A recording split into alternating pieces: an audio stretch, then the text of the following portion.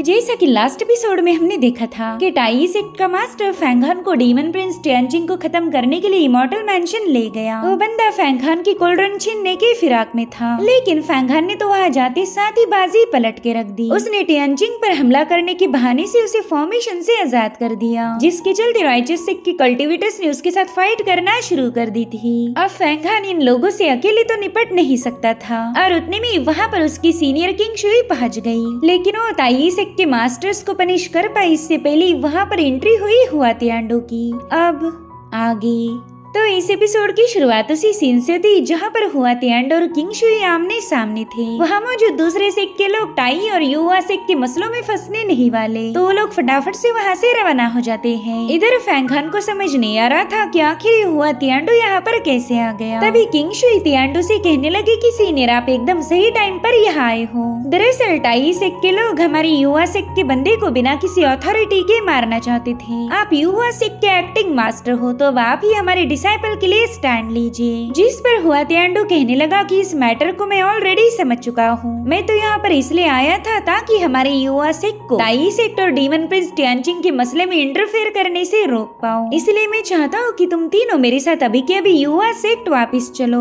इस टियानजिंग को बचाने की कोई जरूरत नहीं। जिस पर किंग शुई कहने लगी कि टाई सेक्ट ने फैंगहान पर अटैक क्यों किया था, जब तक मुझे इसका जवाब नहीं मिलता मैं यहाँ से नहीं जाने वाली। जिस पर हुआ तियांडो कह रहा था कि फिर तो मुझे तुम्हें जबरदस्ती यहाँ से ले जाना पड़ेगा। हमारा युवा सेक्ट और टाई सेक्ट राइचस पाथ के ग्रेट इमॉर्टल सेक्ट माने जाते हैं। हमारे लक्ष्य सेम हैं, तो हम लोग हमारे आपसी रिश्तों को खराब नहीं कर सकते। अगर हम लोगों में यूनिटी नहीं रही तो आगे चलकर हम लोग डीमंस के साथ ग्रेट बैटल में हार जाएंगे। मगर किंग शुई तो अपनी जिद पर अड़ी हुई थी। वो कहती है कि चलो मैं भी देखना चाहती हूँ कि तुम मुझे अपने साथ जबरदस्ती कैसे ले जाओगे। जिस पर हुआ तियांडो कह रहा था कि किंग शुई मैं जानता हूँ तुम काफी ज्यादा पावरफुल हो, लेकिन मेरे सामने शो ऑफ करने जितने तुम्हारी औकात नहीं, तो क्यों ना हम दोनों एक बेट लगाए। मैं यहाँ पर एक पैसेज क्रिएट करूंगा, अगर तुम और टियानजिंग मिलकर उसे ब्रेक कर पाए तो मैं इस मसले में इंटरफेयर नहीं करूंगा, लेकिन अगर तुम उस पैसेज को ब्रेक करने में फेल हो गई तो तुम्हें उसी वक्त मेरे साथ आना पड़ेगा। साथ ही और टाई सेक्ट के वे इसे पूछने लगा कि बताओ क्या तुम्हें मेरी इस बेट से कोई एतराज है। जिस पर वे कह रहा था कि किंग शुई के यहाँ से जाने से हमें कोई दिक्कत नहीं, मगर टियानजिंग नहीं जा सकता।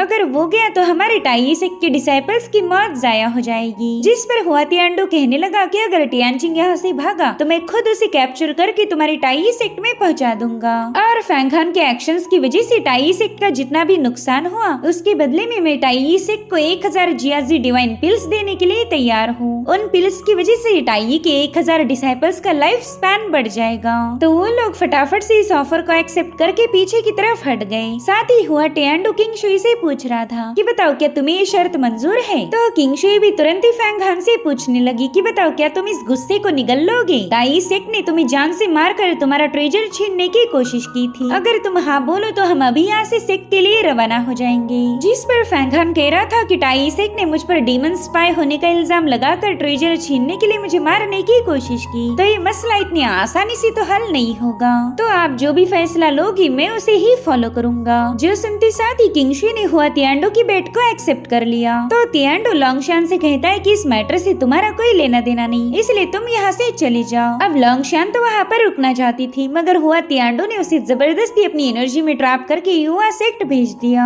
लॉन्गशान उससे रिक्वेस्ट कर रही थी कि मैं यहाँ से नहीं जाना चाहती, मगर हुआ तियांडो कहाँ ये उसकी सुनने वाला था। और अब टियानजिंग और किंग शुई मिलकर उस पैसेज की तरफ आगे बढ़ने लगे। फैंगहान भी उनके साथ जा रहा था, मगर हुआ तियांडो ने तुरंत ही उसकी कोल्ड्रन पर अटैक करके उसे नीचे पटक दिया। तियांडो कह रहा था कि फैंगहान की उतनी औकात नहीं जो मेरा मुकाबला करे। और अब हुआ तियांडो अपनी snow covering heaven and earth technique को एक्टिवेट करते हुए इन दोनों पर हेवनली प्रेशर रिलीज करने लगा। इधर किंग शुई फैंगहान से कह रही थी कि तुम्हें सिचुएशन के अकॉर्डिंग फैसले लेने होंगे, आगे जो भी होगा मैं संभाल लूंगी। वहीं पर हुआ तियांडो टाई सेक्ट के लोगों से कह रहा था कि मैं चाहता हूँ तुम लोग फैंगहान को रिस्ट्रेन करो, उसे रोको मगर जान से मत मारना, मैं उसे युवा सेक्ट ले जाने वाला हूँ। जिस पर शिवानी कहने लगा सीनियर आप बोलो और हम उसे फॉलो ना करें ऐसा तो हो ही नहीं सकता। सकता। वहीं पर वे अपने लोगों से कह रहा था कि तुम सभी लोग जाकर फैंगहान को हैंडल करो, मैं उस लड़के की पावर्स को देखना चाहता हूँ। तो पांचों मास्टर तुरंत ही फैंगहान के पीछे रवाना हो गए। इधर फैंगहान कह रहा था कि इन नमूनों से निपटने में हमें कोई मुश्किल नहीं होने वाली, और अब वो जानबूझकर उस लोकेशन से दूर जाने लगा ताकि टाइसेक के पावरफुल बंदे इन मास्टर्स की चाहकर भी कोई मदद ना कर पाए। और उतने में टाइसेक के मास्टर्स ने फैंगहान को fortune reaching heaven grand formation में ट्रैप कर दिया।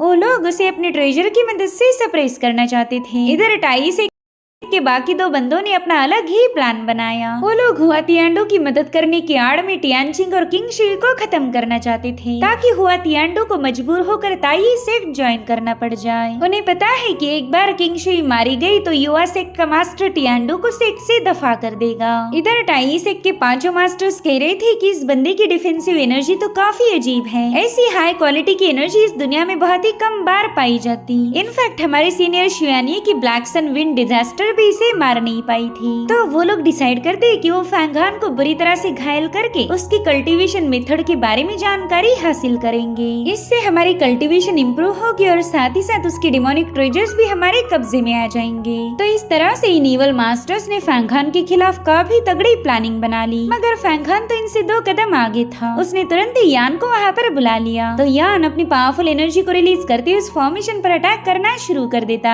है, जिसके चलते थोड़ी देर में वो फॉर्मेशन ब्रेक होकर इन सभी मास्टर्स के ट्रेजर्स उस कोल्ड्रन में खींचे गए। इतना ही नहीं, 1 बाय 1 करके वो इन सभी मास्टर्स को भी कोल्ड्रन के अंदर पुल कर लेता है। इधर शियानी कह रहा था कि उस कोल्ड्रन में हेवन ह्यूमन रेल्म का कोई मास्टर है, उसने फैंगहान की मदद की होगी। अब वो उस कोल्ड्रन पर अटैक करने वाला था कि वेई ने उसे रोक लिया। वो कह रहा था कि थोड़ी देर के लिए और ऑब्जर्व करो, देखते ही कि वो बंदा कितना ज्यादा पावरफुल होगा। इधर ये मास्टर्स तो कोल्ड्रन के अंदर पहुंचते ही काफी ज्यादा पैनिक हो जाते हैं और उतने में वहाँ पर सीलिंग एरी फॉर्म होने लगी। ये लोग काफी ज्यादा कंफ्यूज थे कि फैंगहान अब उनके साथ क्या करेगा, और उसी वक्त यान अपने ड्रैगन फॉर्म में वहाँ पर पहुंच जाता है। जो देख के मास्टर्स कह रहे थे कि अब हमें कुछ भी करके इस कोल्ड्रन से बाहर निकलना होगा, वरना ये ड्रैगन तो हमें मार देगा, इसलिए फटाफट से अपनी पिल्स को बाहर निकाल लो। वेल, इन पिल्स को मैडनेस डीमन लाइफ रिड्यूसिंग पिल कहा जाता था। यान कह रहा था कि मेरे होते हुए तुम लोग ये पिल कंज्यूम नहीं कर पाओगे, और इतना कहते साथ ही उसने इन सभी को सप्रेस कर दिया। ये लोग तो वहाँ से पूरी तरह से वैनिश होकर छोटे छोटे पपेट्स में बदल चुके थे, और अब यान उन मास्टर्स और उनकी लाइफ रिड्यूसिंग पिल को फैंगहान के हवाले कर चुका।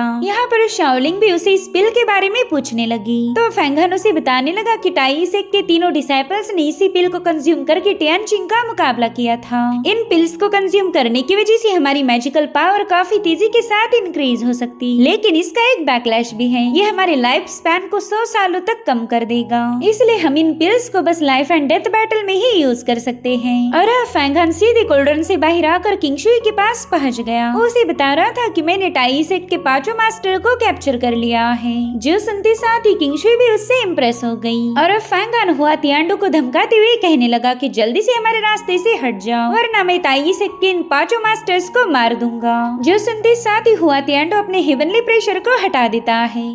साथ ही साथ टाइसेक के मास्टर्स हुआ तियांडो से कहने लगे कि तुम्हारे डिसाइपल्स ने हमारे ट्रू मास्टर्स को कैप्चर कर लिया, अब तुम्हें इस बंदे को कुछ भी करके पनिश करना होगा। तो हुआ तियांडो फैंगहान से कहता है कि जल्दी से उन मास्टर्स को रिलीज करो, वरना मैं हमारे सेक्ट के रूल्स के अकॉर्डिंग तुम्हें पनिश करूंगा। जिस पर फैंगहान कह रहा था कि पता नहीं तुम कौन से रूल्स की बात कर रहे हो, मुझे नहीं लगता कि मैंने किसी रूल का वायलेशन किया है। क्या हमारे रूल्स हमें ये सिखाते हैं कि हम पर अटैक होने के बावजूद भी हम खामोश रहे? मेरे ख्याल से ऐसे घटिया रूल तो तुमने ही बनाए होंगे। जो सुनते साथ ही हुआ तियांडो कह रहा था कि फैंगहान मैंने तुमसे 10 सालों का कॉन्ट्रैक्ट किया था, लेकिन तुमने तो हर बार मेरे खिलाफ जाने की जरूरत दिखाई। तो अब मैं तुमसे आखिरी बार पूछता हूँ, बताओ क्या तुम उन मास्टर्स को रिलीज करोगे? जिस पर फैंगहान कह रहा था कि हुआ तियांडो वैसे तो तुम हमारे युवा सेक्ट के एक्टिंग मास्टर हो, मगर तुम वफादार हो ताई सेक्ट के साथ, सो अब अगर तुमने हमारा रास्ता नहीं छोड़ा तो मैं इन पांचों मास्टर्स को सैक्रिफाइस कर दूंगा। वेल, यहाँ पर फैंगहान ने हुआ तियांडो को काफी ज्यादा उकसा दिया था, इसलिए वो बंदा गुस्से में आकर अपने heaven and earth Dharma form को समन कर लेता है। ये जायंट धर्मा फॉर्म दिखने में जितना कूल उतना ही ज्यादा पावरफुल था। अब ये सब देखने के बाद भला किंग शुई पीछे कैसे रह सकती, उसने भी अपनी गॉडेस ऑफ लाइटनिंग की फॉर्म को समन कर लिया। तरह से इन दोनों फॉर्म्स में फाइट होना शुरू हो चुकी थी। वहीं पर टियानचिंग और फैंगहान मिलकर हुआ तियांडो के धर्मा फॉर्म पर अटैक करने लगे। हुआ तियांडो उसके लाइटनिंग फॉर्म पर अटैक करते हुए कह रहा था कि किंग शुई अभी भी वक्त है, मेरे सामने हार मान लो। मगर किंग शुई पीछे नहीं हटती, जिसके चलते हुआ तियांडो के धर्मा फॉर्म ने लाइटनिंग गॉडेस का हाथ जकड़ लिया। साथ ही साथ वो अपनी तलवार से फैंगहान पर भी अटैक कर देता है। भले ही फैंगहान वहाँ से साइड में हट चुका था, मगर इसी दरमियान हुआ तियांडो ने उससे वो 5 मास्टर्स छीन लिए। साथ ही वो उसे घायल करते हुए कोल्ड्रन में पटक देता है, जिसके बाद हुआ टियांडो ताई सेक्ट के मास्टर्स को बताने लगा कि तुम्हारी 5 ट्रू मास्टर्स सेफ है। तो दोनों बंदे हुआ तियांडो का शुक्रिया अदा करते हुए कहने लगे कि अब आपने हमारी मदद की है तो हम भी आपके युवा सेक्ट को साफ करने में आपकी हेल्प करेंगे। और इतना कहते साथ ही वो दोनों बंदे अपनी पावर्स को एक्टिवेट करते हुए सीधे फैंगहान की तरफ रवाना हो गए। यहाँ पर किंग शुई फैंगहान के लिए काफी ज्यादा परेशान थी और इसी मौके का फायदा उठाते हुए हुआ तियांडो ने उस पर अटैक कर दिया, मगर लाइटनिंग गॉडेस उसके सेकंड अटैक को रोक लेती है। यहाँ पर डीमन प्रिंस टियानचिंग भी हुआ तियांडो पर अटैक करने की कोशिश कर रहा था, लेकिन हुआ तियांडो काफी ज्यादा पावरफुल था, इसलिए टियानचिंग को उसे रोकना इम्पॉसिबल हो गया। यहाँ पर हुआ तियांडो किंग शुई पर हमले करते हुए कहने लगा कि तुमने काफी बड़ी गलती की है। अब अगर मैं तुम्हारी कल्टीवेशन को भी डैमेज कर दूं तो मुझे नहीं लगता कि कोई मुझसे सवाल पूछेगा। हालांकि किंग शुई पर उसकी धमकियों का कोई असर नहीं होता, वो तो उसे काफी तगड़ी टक्कर देने लगी। वहीं दूसरी तरफ वेई और शियानी ने मिलकर फैंगहान की कोल्ड्रन पर हमले करना शुरू कर दिए। वो लोग फैंगहान को इस कोल्ड्रन के अंदर ही रिफाइन करना चाहते थे, जिसके चलते पूरी कोल्ड्रन में आग लग गई। यहाँ पर यान फटाफट से अपने ड्रैगन फॉर्म में आ जाता है। वो फैंगहान से कह रहा था कि इन बंदों की कल्टीवेशन तुमसे काफी ज्यादा हायर लेवल पर है, तो मुझे नहीं लगता कि हम एक साथ इन दोनों का मुकाबला कर पाएंगे। और उसी वक्त फैंगहान ने अपने डीमन किंग को बाहर निकाल लिया, जो देखते साथ ही शियानी और वेई तुरंत ही अपनी पावर्स का इस्तेमाल करते हुए स्केलेटन पर अटैक करने लगे। वो कह रहे थे कि ये डीमन किंग किसी काम का नहीं, ये तो बस एक इल्यूजन है। फैंगहान भी समझ चुका था कि इन दोनों से निपटना काफी ज्यादा मुश्किल होगा, इसलिए अब उसे किसी और तरीके का इस्तेमाल करना पड़ेगा। इधर हुआ तियांडो टियानचिंग और किंग शुई पर पूरी तरह से भारी पड़ गया था, तो किंग शुई उसके हमलों को रोकते हुए पूछने लगे कि बताओ क्या तुम ताई सेक्ट को हमारे सेक्ट के डिसाइपल्स को मारने दोगे? जिस पर हुआ तियांडो कह रहा था कि जब तक मैं यहाँ पर हूँ ताई सेक्ट हमारे लोगों को नहीं मार सकता, मैं तो बस फैंगहान को एक हल्की सी पनिशमेंट देना चाहता हूँ। और उतने में टियानचिंग ने उसके धर्मा फॉर्म का एक हाथ काट दिया। वो कह रहा था हुआ तियांडो तेरी हरकतों से ऐसा लग रहा है कि तू ताई सेक्ट का पालतू कुत्ता बन गया। मुझे नहीं लगता कि तूने युवा सेक्ट के एक्टिंग मास्टर की पोजीशन को संभालना चाहिए। वहीं दूसरी तरफ शियानी और वेई फैंगहान पर पूरी तरह से भारी पड़ गए। वो उस कोल्ड्रन को रिफाइन करने के काफी ज्यादा करीब थे, तो अब फैंगहान के पास बस एक ही रास्ता था, उसे कुछ भी करके अपनी पावर्स को जबरदस्ती इंक्रीज करना पड़ेगा। इसीलिए वो मैडनेस डीमन लाइफ रिड्यूसिंग पिल को बाहर निकाल लेता है। वो कह रहा था कि मुझे लगा ही नहीं था कि इन पिल्स का इतनी जल्दी मुझे यूज करना पड़ेगा। दरअसल ये वही पिल है जो उसने थोड़ी देर पहले ताई सेक्ट के मास्टर से हासिल की थी। वेल इस पिल को कंज्यूम करने की वजह से फैंगहान का लाइफ स्पैन 100 सालों से कम हो जाएगा। तभी शाओलिंग उससे कहती है कि तुम अकेले ये सब नहीं करोगे, मैं भी तुम्हारे साथ हूँ। और फिर उन दोनों के पिल्स को कंज्यूम करते साथ ही उनकी पावर्स काफी तेजी के साथ इंक्रीज हो गई। यहाँ पर उस डीमन किंग ने बड़ी तेजी के साथ वेई पर अटैक कर दिया, जो देखते साथ ही वो बंदा पैनिक होकर पीछे हट जाता है। वहीं पर शियानी बता रहा था कि फैंगहान ने तो हमारे सेक्ट की मैडनेस पिल को कंज्यूम किया है। इधर हुआ तियांडो का धर्मा फॉर्म किंग शुई के फॉर्म के दोनों हाथ जकड़ लेता है और फिर उसने अपनी तलवार की मदद से किंग शुई की लाइटनिंग गॉडेस को पियर्स कर दिया,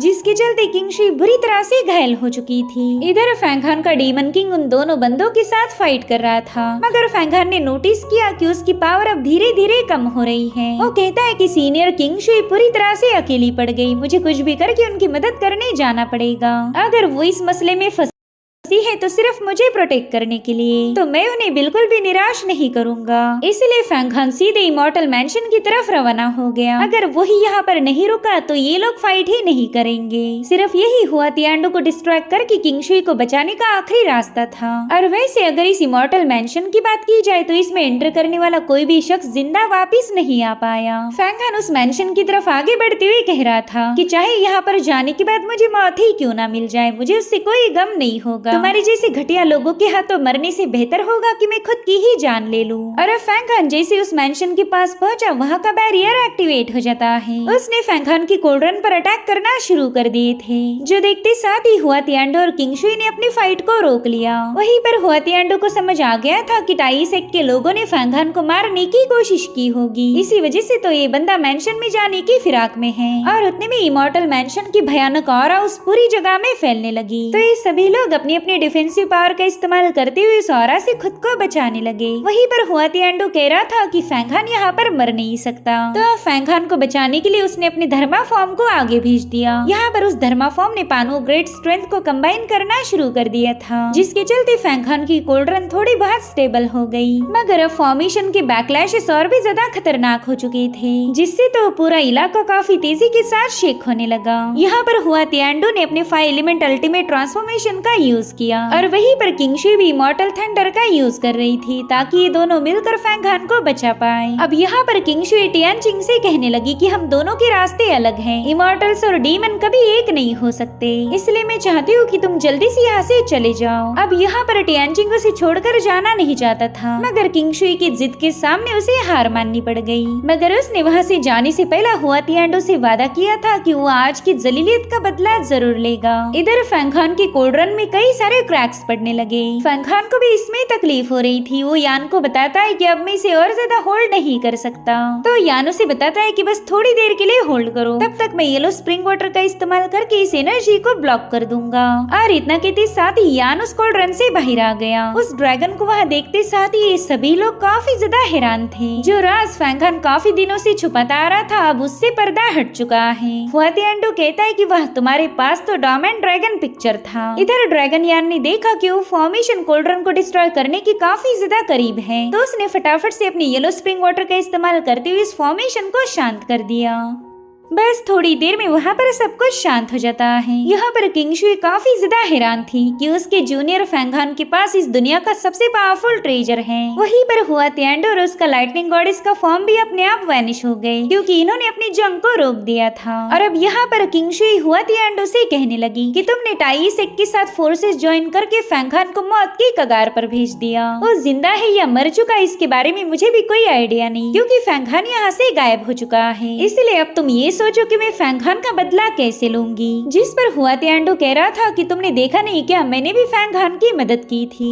उसे बचाने के लिए मैंने कई सारी टेक्निक्स का इस्तेमाल किया। तो किंग शुई उसे गुस्से में कहती कि ये सारी बकवास तुम हमारे लीडर के सामने बता देना। इतना ही नहीं, वो टाई सेक्ट के लोगों से कह रही थी कि फैंग खान मेरी फैंग फैमिली का मेंबर है और तुमने उसे जान से मारने की कोशिश की। तो आज मैं किंग शुई वादा करती हूँ कि तुम्हारे टाई सेक्ट को इसका अच्छा सा सबक मिलेगा। मेरे फैमिली से जो भी पंगे लेता है मैं उसे जिंदा नहीं छोड़ती। जिस पर वे ये कह रहा था कि तुम्हारी वजह से टियानचिंग यहाँ से भाग निकला, इसीलिए तुम हमसे नहीं बल्कि हम ही तुम्हारे साथ हिसाब बराबर करेंगे। तो किंग शुई कहती कि 3 सालों बाद इमॉर्टल असेंबली का कॉन्टेस्ट होने वाला है, तो उसमें मैं तुम्हारे साथ लाइफ एंड डेथ बैटल में पार्टिसिपेट करूंगी। एक तो तुम जिंदा रहोगे या फिर मैं। और इतना कहते साथ ही फैंग किंग शुई वहाँ से रवाना हो गई। इधर वे शुयानी से कह रहा था कि ये डॉमेन ड्रैगन पिक्चर का मैटर काफी ज्यादा इम्पोर्टेंट है, तो हमने जल्दी से सेक्ट लीडर को इसकी रिपोर्ट करनी चाहिए। उसकी बात से शुयानी भी पूरी तरह से अग्री था, और फिर वो दोनों बंदे फटाफट से हुआ तियांडो के पास पहुंच गए, जहां पर हुआ तियांडो ने उनके 5 मास्टर्स को उनके हवाले कर दिया। जिसके बाद वो दोनों बंदे वहां से रवाना हो चुके थे।